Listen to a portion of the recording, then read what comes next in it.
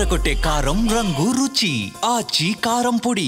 Specialist డాక్టర్లు ఉండాలి, అందరికీ అందుబాటులో ఉండాలి, వైద్య విద్య అందుబాటులో అందరికీ ఉండాలి. అక్రాస్ ద నేషన్ కులాలకి మతాలకి కాకుండా భారతీయులందరూ కూడా ప్రభుత్వమే విద్య అందించాలి, అది వైద్య విద్య అని నిన్న క్యాబినెట్ తీర్మానం ఫేజ్ 3 కింద చెప్పిన సంగతి మీకు గుర్తు చేస్తా ఉన్నాను. ఎందుకంటే నిన్నంతా విన్నాం. అర్థమై మీ దగ్గర ఉన్న మనుషుల్లో అర్థమై మాట్లాడే వాళ్ళు కొద్దిమంది, అబద్ధాలు అర్థం కాక అబద్ధాలు మాట్లాడు చాలామంది. అక్కడ ఒకవైపున గవర్నమెంట్ ఆఫ్ ఇండియా ఈ విధంగా మాట్లాడుతూ ఉంటే మీరు మాట్లాడేది ఏమంటే నేను చేసేదే రైటు. అసలు నిజంగా మీకు మనసు ఎట్లా వస్తూ ఉంది చంద్రబాబు నాయుడు గారు? నేను మీ సినిబాబు గురించి ఏం మాట్లాడను, ఎందుకంటే ఇంకా చిన్నపిల్లకాయ ఇంకా పాపం. ఎందుకంటే ఇంకా ఏం బీగమంటావు ఎప్పుడు బీగమంటావు అనే భాషలో ఆయన ఇంకా మునిగిపోయి ఉన్నాడు అబ్బాయి లోకేష్ బాబు గారు. నేను అబ్బాయి గురించి పెద్ద మాట్లాడుకోవాలి, ఎందుకంటే ఇంకా హీజ్ లెర్నింగ్. కాకపోతే మంచి విషయాలు నేర్చుకోమని చెప్తా ఉన్నా.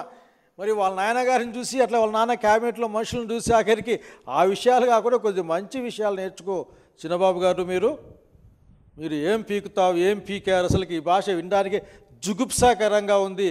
ఈ మాట చెప్పడానికి నేను బాధపడతా ఉన్నా. కనుక జగన్మోహన్ రెడ్డి గారు మీరు 100 సార్లు కాదు 1000 సార్లు అతని పేరుని చాంటింగ్ చేయాలి, మీరు జపం చేయాలి.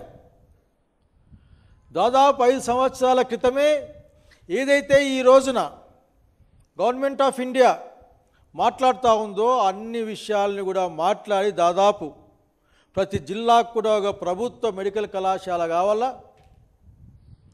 అని ఒక 15 మెడికల్ కళాశాలని ఏర్పాటు చేసే ప్రయత్నాన్ని మీ కల్లా కనపడలేదు. ఎందుకంటే మీరు వైద్య రంగంలో ఉన్న ఆ డబ్బుల గురించి మాత్రమే చూస్తూ ఉన్నారు. మీరు వైద్య రంగంలో ఉత్పన్నమయ్యే ఆదాయంతోనూ ఆ డబ్బుతోనూ ఏ విధంగా అది మీ వైపు మళ్లించుకోవాలి అన్న ఆతృత తప్ప ఏ విధంగా ఆంధ్రప్రదేశ్ ప్రజలకు కానీ ఆంధ్రప్రదేశ్లో ఉన్న బీద బిక్కి వివిధ సామాజిక వర్గాలకు కానీ న్యాయం భరోసా ఇస్తామన్న ఆలోచన మీకు లేనే లేదు. అదేదో 3 పీలు పెట్టుకొని ఒక్కొక్క పీకి ఒక్కొక్క అర్థం చెప్తా ఉంటాడు ఒక ఆయన. ఇందులో ప్రైవేట్ ఎక్కడ ఉంది అంటే ఇది పీపీ పెట్టి మీకు తెలుసా?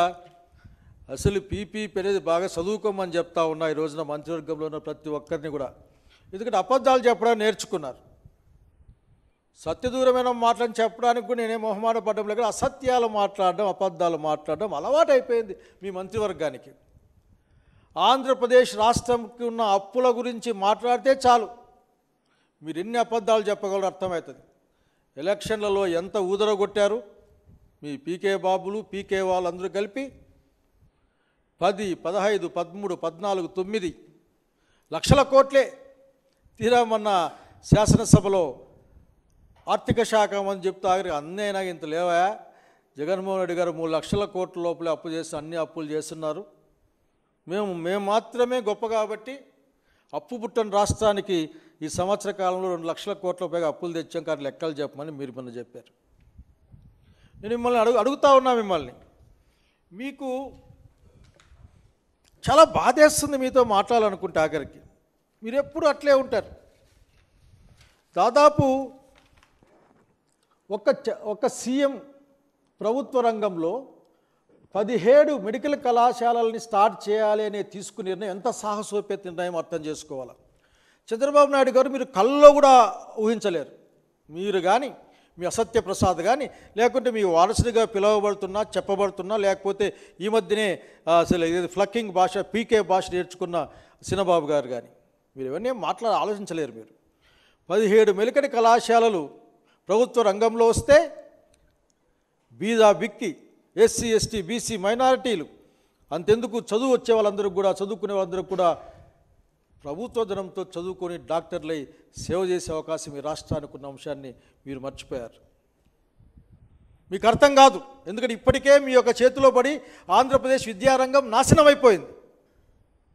మొన్న మీ ఎమ్మెల్యేలు ఎమ్మెల్సీల ఆ మీటింగ్లో స్కిట్ వేసుకున్నారు, ఇది మందే ఇది మందే ఇది మందే అని గుర్తెచ్చుకొని నవ్వారు. మీరు పగలబడి నవ్వారు. బహుశా విద్యా వైద్య రంగాన్ని మొత్తం మీ ఇనుప గుప్పిట్లో పెట్టుకొని ప్రజల్ని దౌర్భాగ్యానికి గురి చేసే ఆలోచనని మానేయమని చెప్పడానికి. ఎందుకంటే మీరు చాలా చెప్తారు. నేను అనుకుంటా ఉన్నాను అని మీ భాష మాకు అలవాటైంది. అసెంబ్లీలో మాట్లాడి ఎట్లా మాట్లాడతారు మీరు? అసలుకి మీ దృష్టిలో ఆఖరి ఎప్పుడైనా సరే పేదలు ఉన్నారా బాబు గారు?